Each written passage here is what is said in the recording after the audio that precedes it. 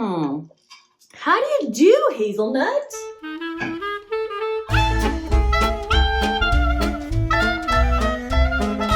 Hello and welcome to another video. My name is Heather and as always I'm reading with a vengeance and I hope you are too. First order of business is I want to let you all know that Jake is absolutely 100% healed.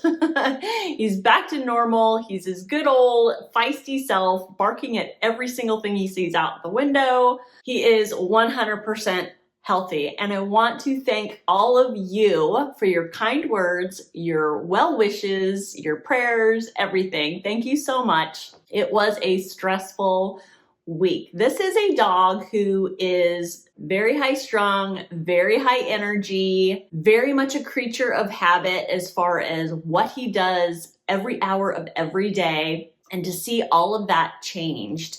For example, this dog behaves every single meal, which is twice a day, every day. He acts every single meal like I haven't fed him in a week. But when he got sick, he had absolutely no interest whatsoever in eating. And that was super disheartening to see. I didn't know what was going on. I got to pay the vet $700 for them to tell me they didn't know what was going on. So there was that. Not to diss vets or anything like that. I appreciate them and everything, but it's so frustrating when they can't figure out what's going on. So anyways, thank you all for your kind words. He's back to normal. He's back to being the nutty dog that he is, and we love him. I'm just super happy to share that with you. Next order of business I wanted to share with you is the winner of the tote bag that I was giving away has not come forward to claim their prize yet. And so I might be drawing from those original comments. I'm not opening up a new giveaway for that tote. I just might redraw for another winner. I'm going to give it another couple of days.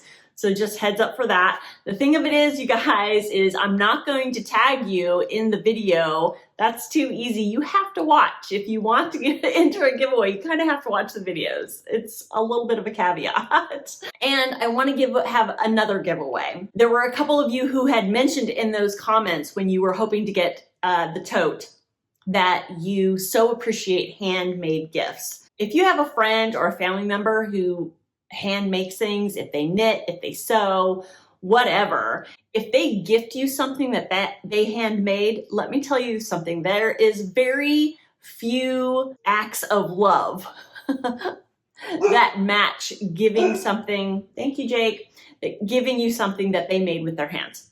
On the flip side of that, when you are someone who receives a handmade gift and it feels to you like it is the best thing you've ever been given, that is so meaningful to somebody who is a hand maker. So anyways, some of those comments were so meaningful to me and I thank you for that, your kind words as far as my embroidery skills and all that. It was super sweet. I tried to open an Etsy shop a couple of years ago to sell some handmade stuff and it just wasn't, I just didn't feel right about it. I like making stuff and giving it away. And so that's what I'm going to do. I also sew. I got on kind of a kick of making book sleeves and sleeves for tablets and stuff like that. So I have 3 and they are the size of a Kindle or a mass paperback. I will put the actual dimensions of them down below, as well as the instructions on how to enter to win these if you have any interest at all. But these are 3 sleeves that I made.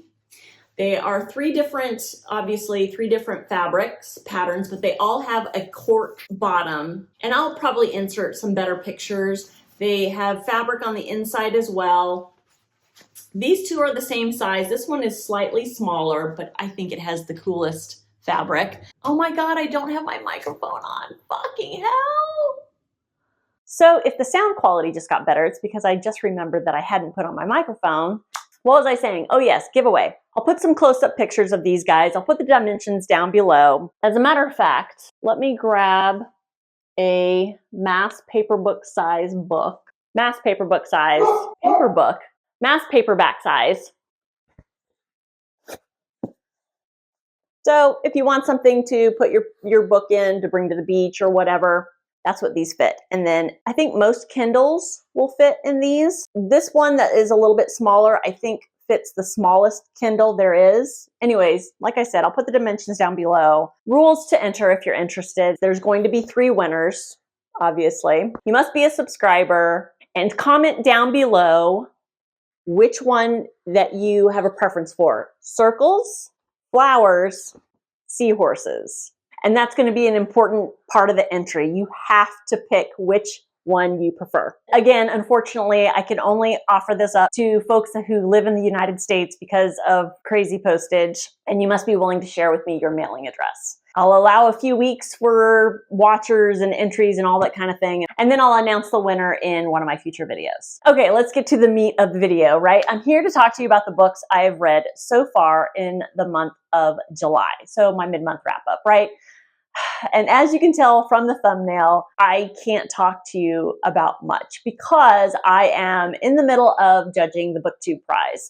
And I've done this before. The thing about the Booktube prize is you have 2 months to read 6 books, but you cannot publicly talk about those books until the end of the round, so as not to bias other judges. So I will be doing a separate wrap up for the books that I've read for the Booktube prize. That'll come out very shortly after I post my end of the month wrap up for July, so in the 1st or 2nd week of August. But what ends up happening is, of course, I spend time reading these books and I can't talk about them. It significantly lowers the amount of books I can talk about. And so what I've done in the past, I've done it twice now, and I swore the last time that I wasn't going to do it again. I don't do a mid-month wrap up. I just save everything until the end of the month. But then what happens is I panic and then I start reading weird stuff that I normally wouldn't read just so I'd have books to talk about. And it just doesn't, I don't know, I just don't like that. Either that happens or I end up just talking about too many books in one video. And I don't like my videos to be too much longer than 30 minutes. I think right around 20 minutes is like the sweet spot for a video. Also, I can crank out videos a little bit faster if it's not 600 hours long. Slight exaggeration. Anyways, I don't have a whole lot of books to talk to you about, but the ones I do have to talk to you about, well, let's get to it. The first book that I finished this month that wasn't a Booktube prize book was The Hour of the Witch by Chris Bojalian. And I never know if I'm saying his name right. Is it Bojalian? Bojalian? I don't know. I read his The Midwives years and years ago. It came out like 1997 or something like that. And I read it pretty soon after it came out and I loved it. I thought it was a great story. I think they made a movie out of it with Sissy Spacek. But anyways, I loved it. And a few years later, I read something else by him, The Double Bind, which was okay, but it didn't live up to Midwives. And that was probably 15 years ago, and I haven't read anything by this author since. Now, the cool thing, though, about this book is I read it because it's part of one of the book clubs that the bookshop that I work at hosts. We have 6 or 7 different book clubs that we host at the bookshop, and they are based on different genres. We have like the FOMO book club, which is a book that is super, super hyped. We have a graphic novel book club. We have the Jane Austen book club where we read Jane Austen-y stuff. We have a couple of other ones, and one of them is It's a Mystery, and that's the one that this book is for. We read mystery thrillers for it, obviously. One of the owners of the bookshop is the one that hosts, and she has one of the employees co-chair it with her. So if she's out of town or isn't able to host one month, then her co-chair hosts the book club. And she asked me to do it because her co-chair no longer works for the shop, and she knows that I read mystery thrillers a lot. So she asked me to co-chair the book club with her, and I was super thrilled, and I'm so happy to do it with her. This is the first month that I'm joining the book club. I listened to this book, and it was a decent narration. It started off very, very slow, and I have to say that if I wasn't reading it for this book club, I might have DNF'd it. However, I did finish it, and I'm glad I finished it. I would say the second half of the book was far more fast-paced than the first half of the book. What is it about? So The Hour of the Witch takes place back in the late 1600s, right around the time of the Salem witch trials, but right before I think it got really, really nutty. This follows Mary, who is a young woman who is married to Thomas, and Mary is Thomas's second wife, and his first wife was killed in a horse accident. allegedly. And you learn very quickly that Thomas has got anger management issues, and he takes his anger out on Mary, not only physically, but verbally and emotionally, sexually. Mary's not having a good time in life. And then Mary decides she's going to petition the elders of the village for a divorce, which is not unheard of at the time, but is very, very rare, is very rarely granted under very specific circumstances. And so Mary tries to get a divorce, and in doing so, people in her life kind of come forward and mention certain behaviors by Mary, because Mary is kind of put in this very poor light. How dare she try to divorce her husband? It's very frowned upon by most everybody. And the topic that comes up as far as Mary's behavior is she a witch? Is she practicing witchcraft? That's when it first comes up in Mary's life. The divorce proceedings doesn't go the way Mary would like it to go. Life continues on, and then some other stuff happens, and then she is accused of being a witch for realsies, and things go from there. Things that I liked, things that I disliked about the story. I liked learning about how life was at that time and how certain behaviors could be viewed as witchcraft and evil. And for instance, when forks came into existence, brought over to America from Europe, they were known as the devil's tines. Okay, you couldn't use a fork. If you used a fork in certain social situations, you could be accused of being a witch and hung by the neck until you died. Weird stuff, crazy stuff that went on back then. What I didn't like about listening to this story, and it probably would have gotten on my nerves if I would have read the physical copy as well, was the doth and the thou and the thee and prithee, and that language drove me absolutely nuts. I did not like that. Now, I can appreciate it being written like this because that's how they spoke back then. To me, it's just not necessary to tell a story of a certain time. While it might lend to authenticity, and you might appreciate that, I didn't like it. It got on my nerves. But I did find that learning all the ways that women were treated back then, I mean, as I was reading it, I was infuriated. There were times where I had to stop reading because I was just so angry. But, I had to stop and appreciate that if the writing and the plot and the story is evoking that kind of emotion from me, I mean, you have to appreciate that, right? So I did. As I said, the first half of the story, it's very, very slow, but the second half really did pick up, and there is a delicious little twist at the end. And I have to say, while it didn't end in a predictable way, but the ending was satisfying. So I did like that. If you like stories that tell about this time in our very sordid history, I would recommend this for sure. I think I really liked Mary as a character overall. She was very strong. She was very opinionated. She was very smart. There was a thing that happened with her parents, and I'm not going to spoil it for you, but her parents did something that was not cool. And I think even at the time, if her parents did this thing to Mary, and Mary knew it was a betrayal, she found out about it, but then she trusted them to keep a certain secret. And I don't think anybody would have done that after what her parents did to her. And so that was the only real kind of hole I found that just didn't sit right with me. I mean, again, this was another time, things happened completely differently. But other than that, I liked Mary's strength. I like how she handled things, considering the time that she was living in and considering her very limited resources. This book brought out a lot of emotions. As I said, if you like stories about this time in history, I would recommend this book for sure. The next book I finished was the Bargain Bin Rom Com collection of poetry by Lena Norms. If you don't know, Lena Norms is a very popular YouTuber who I got to meet at the Women's Prize for Fiction Festival. She was an absolute delight, and meeting her inspired me to buy her collection. Even though I don't really read poetry, I really enjoyed this, but I'm going to do a separate standalone review video for this collection, and I'm going to make it super fun because Lena is super fun. So anyways, I finished this, but I'll talk more in a separate video, which will also include another giveaway. Hint, hint, hint. The next book I finished in the first half of July was Sweet Bean Paste by Durian Sukagawa. I am fast becoming a fan of Japanese literature. Who's this translated by? Translated by Allison Watts. Overall, I really enjoyed this. I enjoyed the writing. I enjoyed the story. It went a way that I was not expecting, and that doesn't say anything really about on the back. I mean, it says that one of the characters has a troubled past.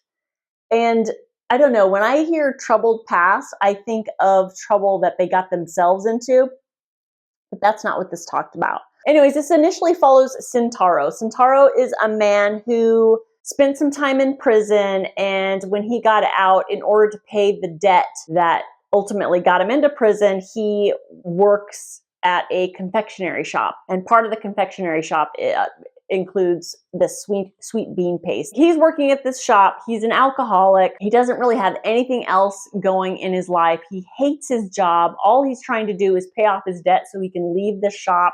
And because of that mentality, it's a very mediocre shop that is on the brink of closure. Enter Toku, who is an elderly woman who shows up at the shop and just out of nowhere kind of asks Sentaro for a job. Sentaro sees she's elderly, doesn't see any kind of use for her, tries to turn her down, but it tries to do it in that polite way that is, I think, so evident in Japanese culture. And she just keeps showing up. And then she makes the sweet bean paste, and he realizes that she definitely has value in the shop, because as soon as he starts using her sweet bean paste in the stuff that he sells at the shop, customers start showing up. Another thing that Sentaro is kind of put off by with Toku is she has disfigured hands. Not only does Sentaro believe that she would be unable to be useful in the shop because of her disfigurement, but Sentaro is afraid that if customers saw Toku, that they would not frequent the shop. Even after she makes a sweet bean paste, he keeps her kind of hidden back in the shop. The story goes from there, and it's super sweet. I loved how Sentaro kind of learns from Toku and her wisdom with being on the planet for so much longer. And their friendship grows in this very quiet but sweet way. And I really, really enjoyed that. I also enjoyed the description of the surrounding area, the cherry blossoms. Oh, and I wanted to share with you the first line of this book because I thought it was a really great first line. A sweetly scented breeze blew along Cherry Blossom Street. And that really, really sets the tone for this book. So another thing I really liked about this book is I learned something about Japan's history that I don't understand how I didn't know until now. But did you know that until 1996, leprosy patients were kept isolated in sanatoriums? 1996. That's less than 30 years ago. This is even though there was a way to treat leprosy, even though it was not that contagious. That's just crazy to me. This story features that history and talks about it and explains where Toku comes from and what her life has been like. And I really appreciated that. And it was a little dark, and I just wasn't expecting it, but I did appreciate it. I really liked learning that about the history in Japan. And the other thing that I really, really appreciated in this book, at its core, the author wanted to ask the question, what is life all about? And a really popular way of thinking, not just in Japanese culture, but I think in many cultures, and that is, life is about being a useful member of society, you know, having purpose in life, right? And this story really kind of says, well, is that true? I mean, if you don't have an actual purpose, does that mean your life lacks meaning? He uses patients who have spent an entire lifetime locked away in a sanatorium as an example of, well, does that mean their lives were less meaningful and their existence were less valid?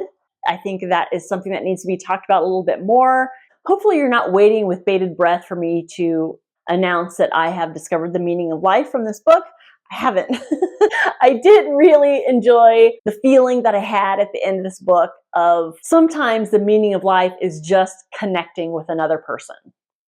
Sometimes that's all there is, and sometimes that makes a life full, and sometimes that makes a life beautiful. And that's the feeling I got from this. Things that I didn't really like about this book is, and this might be characteristic of Japanese literature, I don't know, but there were a couple of storylines in here that just weren't fully resolved. Do I need every single storyline resolved? No, but I felt like there were some storylines that there was a great bit of time spent on, and if you're going to do that, I'd like it resolved. But other than that, I enjoyed this book. I'm glad I read it. It's beautifully written, I will say that. I love this cover. Oh, and I will end my review on a very positive note. Another thing that is explored in this book that I absolutely love and I'm seeing more and more of, which is just great, and that is intergenerational friendships. Because Sentaro is, I want to say, in his early 20s, somewhere in his 20s. And Toku is, I want to say, in her 80s. There's like a 50-year age gap, and they become friends, and I love it. I absolutely love it. There's just a lot of isms that are talked about, and one ism that isn't talked about a lot, and that is ageism. I think we live in a culture where people reach a certain age and they are treated then as less than. And yes, as I am on the cusp of entering into that particular time of life that I'm talking about, I'm a little bit more sensitive to it. I get it, I know, but I'm really enjoying seeing the appreciation that the very old have for the very young and the very young have for the very old in some of these books, and I hope to see more of it. It's just dealt with very sweetly in this book. So yes, I would recommend Sweet Bean Paste. So that's it. Those are all the books that I have to talk to you about for my mid-month wrap-up. This is not going to be a habit. This will be the last time I have only 2 books to talk about in a wrap-up. But nevertheless, have you read any of these books that I talked about? What did you think of them? What did you think about my thoughts about them? I would love to hear about it. Or you could just say hi down in the doodly-doo. If you're still watching at this point, please give that like button a boop, and a subscribe would be wonderful. And I will just say here that really helps my channel if you just tag the like button. That would be really great. As always, thank you so much for watching, and I'll see you next time. Bye-bye.